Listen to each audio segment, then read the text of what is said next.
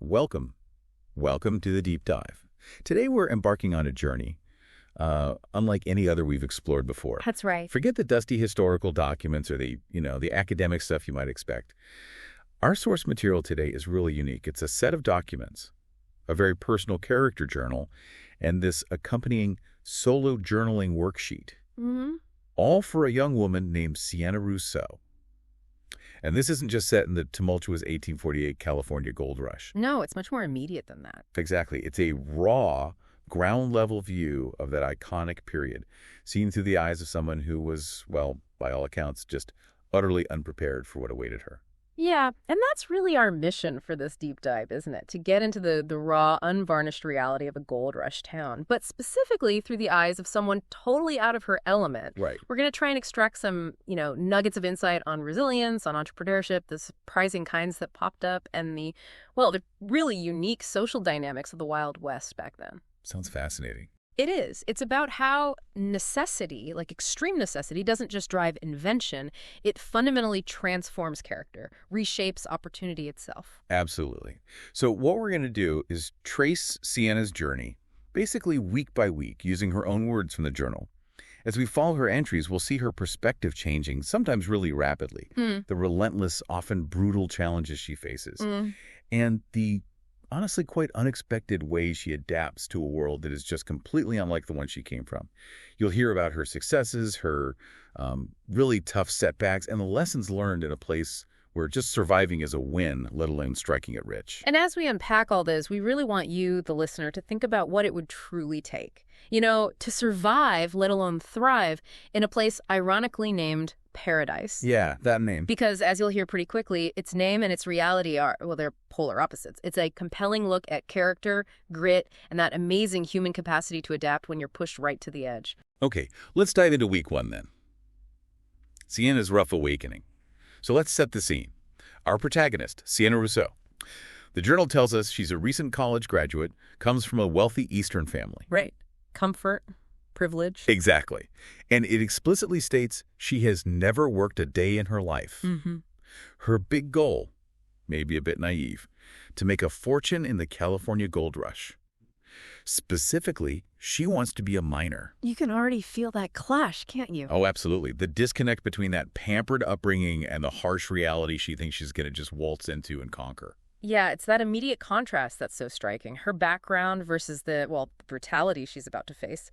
The journal even gives this shorthand for her state resource points, too, it says. Basically, zero practical assets or skills for this world. Wow. You picture her stepping off the train, maybe expecting a porter or something. Exactly what she expected. Right. How does someone like that, who's never really done anything practical, intend to make their mark in somewhere so rugged?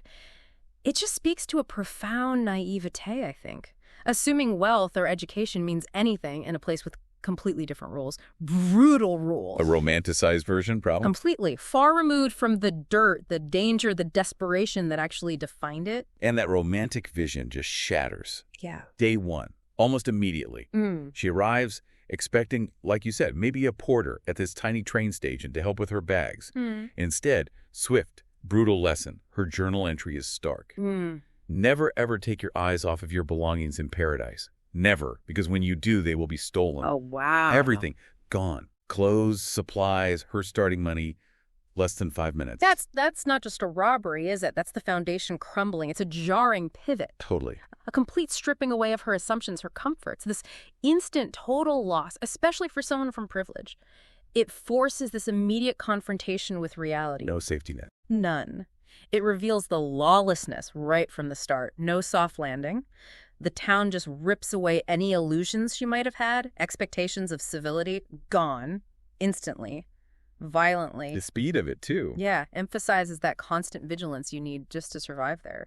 So after the initial shock, and you have to imagine the shock of losing absolutely everything, right. She has this almost immediate, profound realization. It hits her. Mining itself. Physically, it's beyond her. The journal says the stuff was so heavy I couldn't even carry it to the hotel, let alone drag it into the wilderness. So her core plan is already impossible. Exactly.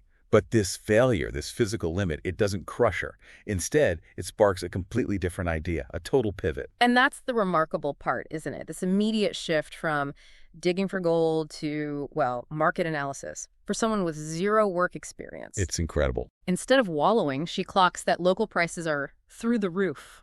She identifies a niche, finding what was needed but what was not provided. And she's shrewd. Rules out food sales straight away. Notes the constant drain of expensive shipping, the logistical nightmare. Smart. It's more than basic economics, it's strategic foresight.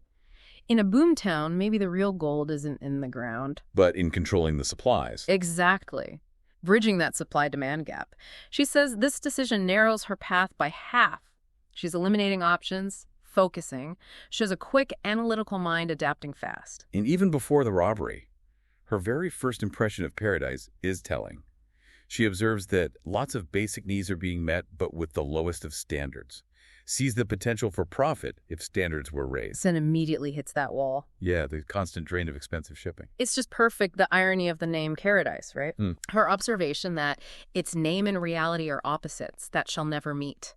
It just sets up this stark contrast for you. Aspirations versus gritty reality.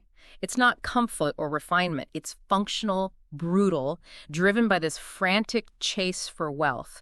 Every corner cut, standards rock bottom. And she's already thinking commercially. Right. Not just seeing the squalor, but calculating its impact on business. A mind always looking for the angle, even knee-deep in, well, paradise. Okay, let's move into week 2, forging connections, facing danger. So despite losing everything, Sienna starts networking almost immediately. It seems innate. We hear about this pivotal encounter with Zeke McCormack, finds him face down on the boardwalk, thinks he's dead. He's just starting. Exactly. On the verge of collapse. And her response is this amazing mix of practical compassion and calculation. Buys him bread, soap, sarsaparilla, basic needs. Then offers him a job at the hotel, sets up a supper meeting. And this interaction, finding this wanderer, it's so key because it shows her evolving character, right? Yeah. There's real compassion there. Feeding him, cleaning him up, a spark of humanity. But then, how quickly does that turn into a business proposition? Almost instantly. Zeke's got that gold fever, arrived broke, got robbed, desperate to strike it rich. He's vulnerable. Perfect target, in a way. And Sienna capitalizes, offers to outfit him food, tent, tools. In exchange, a hefty 33% stake. Wow, a third. Drops to 25% if he becomes self-funded, but, and this is key, rises to 40% if he needs more money from her later. Covering her bases. Totally.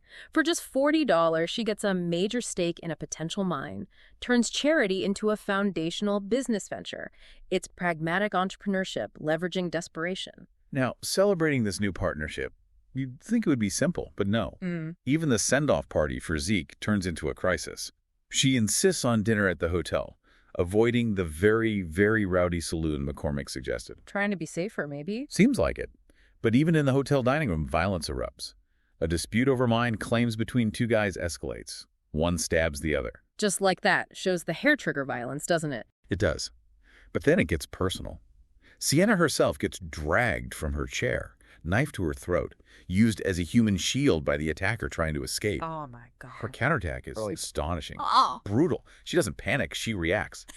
Smashes his foot, wrenches the knife hand away with both hands, bites his arm hard, then snaps her head back into him. Incredible force. Wow. Pure instinct. McCormack and hotel staff then grab him. But the moment, it's terrifying. This isn't just self-defense, it's visceral. Shows her rapid adaptation. Meeting violence with violence. And her comment afterwards. Dry as dust. Tells Zeke, you were right, we should have gone to the saloon. Speaks volumes, doesn't it? The unpredictability, the danger everywhere. Even the safe option is deadly. And the journal really emphasizes this constant manic energy. Yeah. Asks, why is every day a party in paradise? The answer. Hundreds of miners head out pre-dawn, high chance of striking goals for song. They hit something, rush back to the assay office. And then the ritual begins. Exactly. That celebration, pure extravagance. Straight to the saloon, bragging, drinking, buying rounds for everyone. Maybe then the hotel. Best room, most expensive dinner, this daily cycle frantic work, sudden fortune, immediate reckless spending. It tells you everything about the short-term mentality. Live for today. Totally. It's binary. Rich, stinkin' bloody rich, or they die in the mine or are killed by claim jumpers. No middle ground, no planning, just instant gratification. And that fuels the whole town. That transient wealth fuels the economy, the culture, perpetual boomer bust, today's fortune gone tomorrow, spending, violence, a town living purely in the now. Moving into week 3, expanding ventures, confronting threats. Sienna wastes no time. Shows her strategic, long-term thinking again. Takes the contract with Zeke to a local photographer. Oh yeah, the description's great. Like a portrait painter, but with a funny square Botchkin flash powder. Sounds like early photography, right? Daguerreotype, maybe? Definitely. Cutting edge for back then. Then she writes this detailed letter to her most gossipy sorority sister back east. Includes the photo of the contract. Notes this, set one ball rolling. That's incredibly strategic. Documenting the deal, sending it home. What's she planning? Leverage, maybe. Network. Proof of legitimacy. Yeah, suggests she's thinking beyond paradise already. Leveraging her connections. Calculated long-term moves amid the chaos, unlike the miners. And while that letter travels, she's busy on the ground. Right, walking through town a few times a day looking for more potential partners. Investor mode. And finds one quick. Hamish O'Brien. Signs him under the same terms. Another $40, the relentless drive. Keen eye, replicating success. But success attracts, well, unwanted attention. Exactly. Soon after, her hotel room is broken into. Nothing's stolen. Luckily, cash and contracts are in the town safety deposit boxes. Smart move, keeping valuables secure. But it leads to this confrontation. Ah, Nathan Delaney. Yep. The large, rough young man with a six-shooter approaches her aggressively. Offers protection. For a fee, of course. Classic racket. Preying on vulnerability. Her response, though, not typical. Cool, defiant refusal, even as he's looming over her, intimidating. And then the counter move. Brilliant, subtle. Reveals a cocked gun in her lap, aimed right at him. Whoa. Her words are chilling. Oh yes, quite safe. I've had a gun pointed at your balls since the moment you approached my table. Are you sure you are safe? Turns the tables completely. Wow, that shows her growing ability to defend herself, assert dominance. She's not playing. A raw display of power and cunning. Then the journal asks that big question. What's the most dangerous thing in paradise? The glib answer. Other paradisians.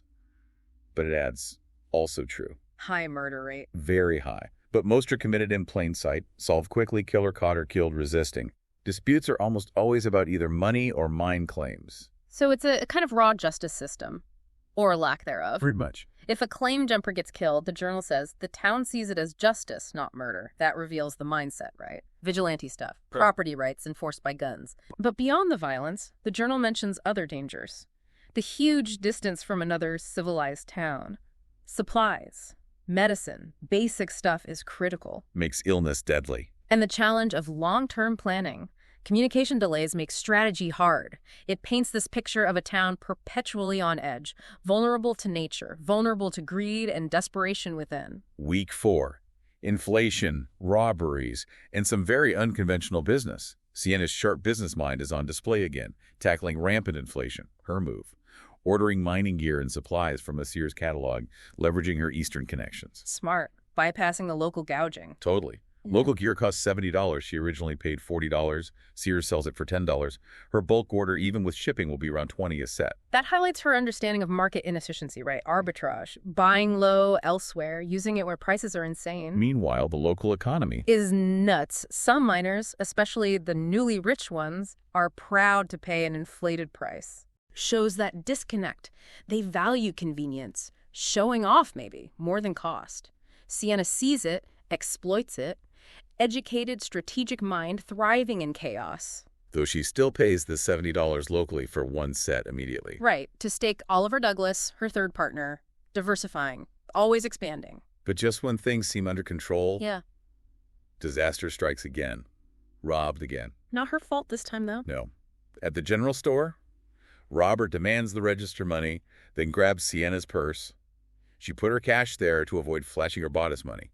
Bad luck. And then it gets chaotic. Completely. Sienna pulls her gun, shoots the robber in the back. Whoa. Simultaneously, Mr. Patton, the owner, pulls a sawed-off shotgun, misses the robber. Oh, no. Hits the lamp oil display right next to him. Wow. Boom. Store, robber, Sienna's money sack, all on fire. Unbelievable. A fiery explosion. She barely escapes.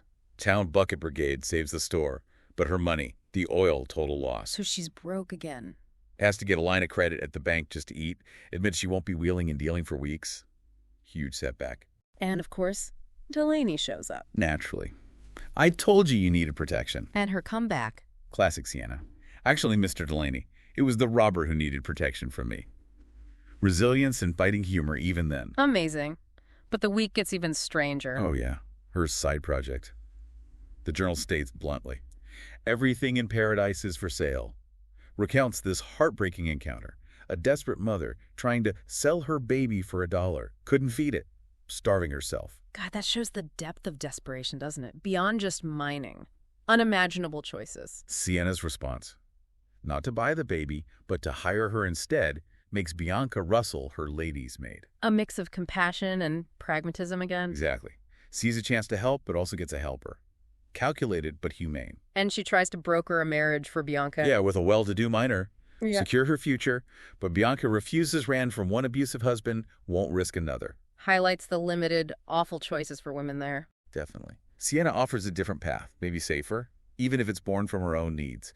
It's uncomfortable, but shows the reality of survival. Week 5. Consolidation, confrontation, shifting realities. Finally, some good news. Zeke McCormack, partner number 1, made good. A minor gold strike, but significant. Pays her share. Honestly, gives her the full 33%. Means she avoids using that line of credit. Averts another crisis. She's hoping for bags of gold delivered monthly now. Consistent income. So with that success, she tries matchmaking. Yeah. Sets up Zeke and Bianca for dinner. Carefully avoids mentioning Zeke to Bianca beforehand. Sets the scene, then fakes a headache to leave them alone. Bianca wasn't happy about being left. Not at all. But it shows this more human side of Sienna, right? Trying to maybe stabilize Bianca's life or just amusing herself. Yeah, it contrasts with the hard business dealings, shows her navigating the social stuff too, maybe feeling some responsibility. But the calm is short-lived. Success brings danger back. Morning after the dinner, she's attacked. Alleyway. Hooded man, knife. Says he heard you carried your money in your bustier. Going after her directly. And she immediately recognizes the smell of Delaney's cheap whiskey on him. Confirms who sent him. Her reaction this time, it must be escalating. Oh, it escalates. Shocking. Brutal. She feigns seduction. An unthinkable move for her old self. What? Pulls out a breast, invites him closer. When he's close, she knees him in the groin. Twice. Hard. Devastating. My God. Picks up his knife, holds it to his throat, forces him to confess Delaney sent him. Pain and terror. And her demeanor. Chillingly cold. Puts the knife in her purse, gets a revolver, fixes her dress, then marches the guy to the sheriff. Charges him with attempted robbery and sexual assault. Wow, that's a massive shift. From defense to aggressive deterrence, making a statement. And she doesn't stop there. Straight from the sheriff's, she confronts Delaney. This must be intense. Cold fury. Tells him calmly she's hired an assassin. If anything happens to her, her company, her people, that assassin has one target. Just one. You. She hired an assassin, or is she bluffing? We don't know for sure from the journal. But she promises him a demonstration in 3-5 days. That's a pivotal moment. Total embrace of ruthless frontier mentality. Definitely. She understands power now. In a lawless place, protection comes from being seen as the most dangerous. Her threat about the preacher's buggy. If I get run over, know who the assassin is going to kill. You, pal. You. Chilling. Utterly ruthless approach to ensure safety, business continuity. It's a gamble, but shows her complete transformation. Hardened gold rush mogul. The question is, will it work or just escalate things? Beyond the violence, the journal reminds us of the daily unpleasantness. The main street of paradise is a mud pit, even when it hasn't rained. Boardwalks only in front of shops. Yep. Crossing the street means wading through mud, maybe a foot deep, unless you have a horse or mule. And the reason for the perpetual mud Is disgusting. Men from the saloon piss in the streets, hold contests sometimes who can piss furthest. Ugh. That detail, though mundane, says so much. Lack of civility, hygiene, infrastructure, paints this picture of utter disregard, public spaces treated like sewers, highlights that constant, unpleasant reality coexisting with the dream of gold, reminds you paradise is anything but, a town built on greed, sacrificing basic health. Week 6 and 7, setbacks, new arrivals, strategic pivots. Week 6, Sienna tries another smart financial move, saving money on food, orders medium quality at a medium price, balancing cost. Sounds sensible. But paradise. Exactly. Shipments robbed. What finally arrives? Damaged containers and filled with maggots and worse. Unusable. Wow.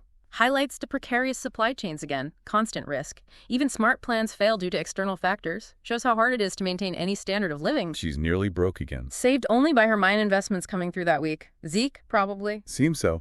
Underscores how vital those are as a safety net. It's a constant tightrope walk. One good week barely covers one bad one. But just as things look bleak, a new opportunity. Her gossipy sorority sister, Donatella Fisher, arrives from NYC. With her, a pair of somewhat plain young women, Riley Russell and Annabelle Moreau. Ah, the next venture begins. Sienna immediately goes to the local newspaper to publicize her latest venture. No time wasted. This is the mail-order bride pivot, right? Moving into social brokering. Yep.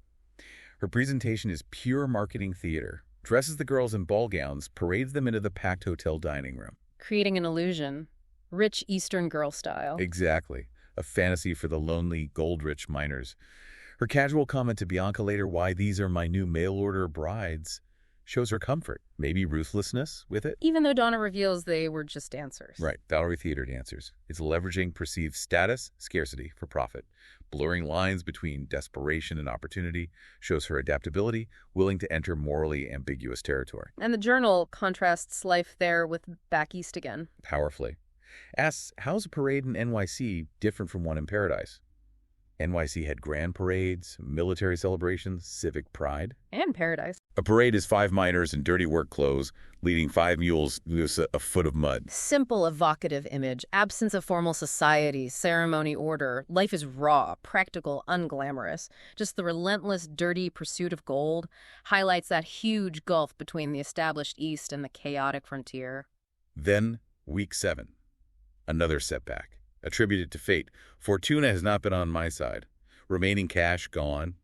Hotel bills, food. Why?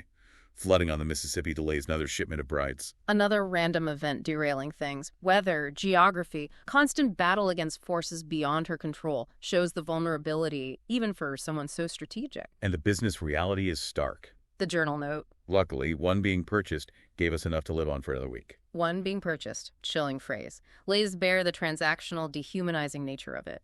In Paradise, even people become commodities. Desperate survival for some, ruthless profit for others, pushes Sienna deeper into that moral gray area where just living is funded by the purchase of someone's future. Week 8. Health hazards and reevaluations. This week really drives home the health risks, often overlooked. Journal asks, is Paradise a healthy place to live? The answer is pretty clear, I imagine. A resounding no. 2 cholera outbreaks since she arrived. Cholera, typhoid fever, dysentery, the big 3, rampant in the past year. And medical care. Almost non-existent, just a barber, good for amputations. Grim indicator of healthcare limits. Paints a terrifying picture. Disease as a constant silent killer alongside the violence and financial ruin. Life is incredibly fragile there. And this hits close to home. 2 more mail-order brides die en route. Caught cholera in Missouri, died the same day. Oh, that's tragic. Highlights the human cost, the risks of her venture. Lives lost before they even got there. And financially. Brings her money back to zero. Again, shows how volatile things are. Even her shrewdness is mercy to things like disease outbreaks. This loss, the 2 girls she never met, forces a moment of deep introspection, a moral crisis. She asks, will this be my last week in Paradise? Mourns the girls, questions her path. Those 2 girls would probably still be alive today if they'd never heard of me or my schemes to get rich. That shows her conscience kicking in, right? Despite the ruthlessness, she's grappling with the human cost of her schemes. Yeah. Her talk with Donna is key. Donna reassures her, not my fault. Their NYC prospects were dire too. Cold comfort, but helps her rationalize. And they pause the bride project. Yes, until a safer way is found. Shows a shift, temporarily maybe. Notably, she thinks about taking Bianca and the baby if she leaves. Shows commitment beyond business, a real bond forming, a glimpse of vulnerability. But even at zero, facing this crisis, she reflects on her time there. Amazingly, yes. Asks, did I transform Paradise or did Paradise transform me? Believes her decisions were solid, blames Fortuna for her struggles, had it in for me from the start. Except for that first mistake on the platform. Right. Otherwise, sees her choices as considered and well thought out. Fascinating self-perception, resilience. Sees herself as master of her fate, despite constant misfortune. Views herself as the rational actor in chaos. Not defeated, not a victim. And declares next week is critical. Yeah, underscores her tenacity. This isn't surrender, it's regrouping, redoubling her resolve to shape her destiny there, still fighting. Weeks 9 and 10. Resilience, friendship, and hope emerge. Week 9. Managing challenges continues. Hamish O'Brien, another miner she staked, makes a strike. Good news, right? He grumbles. Complains about her raking in the profits while she just sits in town, implying she does none of the hard work. Classic friction. Success breeds envy. Sienna's response is firm, cuts right to it. If I hadn't helped him out of the gutter, he'd still be lying in said gutter, and right now he owns 67% of a mine. Reminds him of the deal, importance of contracts. Exactly. He grumbles, but respects the agreement. Pays her 73%. Shows the power of that written deal, even there. And what does she do with the profit? Immediately reinvests. Stakes another down-on-his-luck miner. Consistent strategy. Expand. Leverage capital. Spread risk. Amidst all this, a moment of calm. Yes. Notes the rare absence of disaster this week. Finds comfort in her friendship with Bianca and her son, Romeo. That connection must be vital. It seems so. Bianca's perspective is poignant. Says, as sad as it is that those two girls died, it is also true that she and her baby might have died. Or even worse, she might have found a buyer for the baby. Puts things in perspective. Gratitude for Sienna's intervention, saving them both. Ground Sienna reminds her actions have positive impacts beyond money. Human lives. Their bond deepens. They decide to stay as long as we don't have 2 disastrous weeks in a row. Renewed hope, shared commitment. Like family. And she reflects on changes in paradise. Yeah, observes personal transformations. Zeke from starving to wealthy. Delaney from town bully to laughingstock after she dealt with him. But it's really about her own journey too, isn't it? Seems like it. Says the town changes slowly, but a person can blossom or they can wither. Admits she was starting to wither under the setbacks. But now hopes I too can blossom. Yeah, shows the emotional toll, but also her renewed hope, self-efficacy, sees transformation as internal, driven by resilience, personal agency. Then week 10, a powerful affirmation. Totally. Declares, yes, I am. I'm not going to allow Fortuna to destroy what I'm trying to build here. Defiant statement against fate. And things look up. Zeke brings another pile of gold. Solidifies her finances. She immediately stakes another miner. Strategy continues. This is her fully embracing agency, rejecting victimhood, taking ownership. She holds a celebratory supper with Bianca and Zeke. Small, intimate, marks a shift from hardship to shared success, stability, her little family. Solidifies her role as this central figure, right? Orchestrating success for herself and others, building loyalty, self-mastery, confidence. Then she tackles that question, is it a disadvantage to being a woman in a man's profession? Important one, her answer. Pragmatic. Physically, yes, a woman is at a disadvantage. Recalls not being able to carry the gear. Suggests her stolen stuff might have saved her life by forcing her away from mining. So how does she overcome it? This encapsulates her whole philosophy. Brains can make up for brawn. Her strategy. Pay someone to do that which you can't, but use your head instead of your back to make a fortune. Brilliant. That's her core strength, understanding limits, leveraging intelligence, strategy, capital, ingenuity over brute force, innovating her way to wealth. The journal then debunks that myth of picking up gold in the street. Right, the gold fever allure. It says it's more hyperbole than fact. She's only seen gold twice Zeke's samples. Notes gold isn't inflating, merchants prefer it, more people have it to spend. Highlights the exaggeration versus reality. Sienna is pragmatic, accepts either gold or cash, but keenly aware of mining's uncertainty. Any day could be the last nugget. Which drives her need for other income streams. Especially since only 2 miners have hit, and Hamish is trouble. And her next idea. Running a bawdy house, a brothel, in a hotel, plans to mail Donna about it. Shows her moral flexibility again, right? Willing to do anything no matter how questionable if it promises profit, fortune, by any means necessary. Week 11. Grand ambitions and ethical complexities intensify. Her ambition really takes off now. The body house project solidifies. Gets a letter from Donna. Donna anticipated the idea. Amazingly, yes. Already found 10 girls who are willing for double the money they're getting in NYC. Shows Donna's resourcefulness, too, and the desperation back east. And Donna's coming with them. For safety and to manage expenses on the journey. Critical. The business model is practical, almost chillingly so. Girls get double pay, but only after travel costs are repaid. Protects Sienna's investment. And Bianca's role? Crucial. Initially resists, thinks she's meant to be one of the girls, Sienna clarifies. Managerial role, working for both Sienna and Donna, salary doubled, nanny for Romeo. Shows Sienna's persuasion skills, incentivizing key people, building this complex, ethically gray venture. And then the hotel move. Audacious.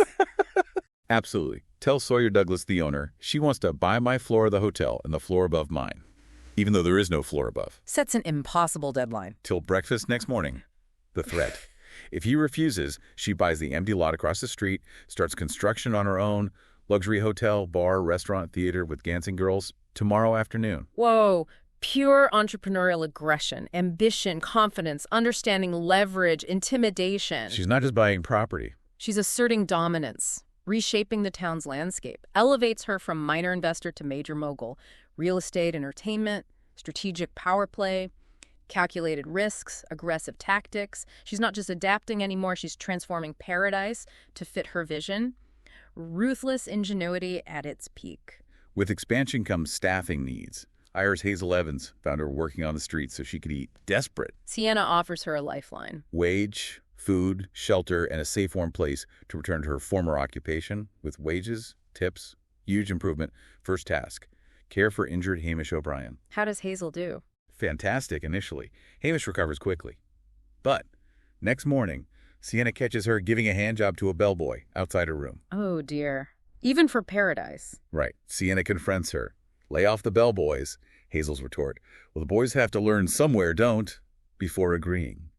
Bellboy confirms she didn't charge him. Shows the management challenges, doesn't it? Societal norms are fluid. Hazel is kind and caring, but acts before she thinks.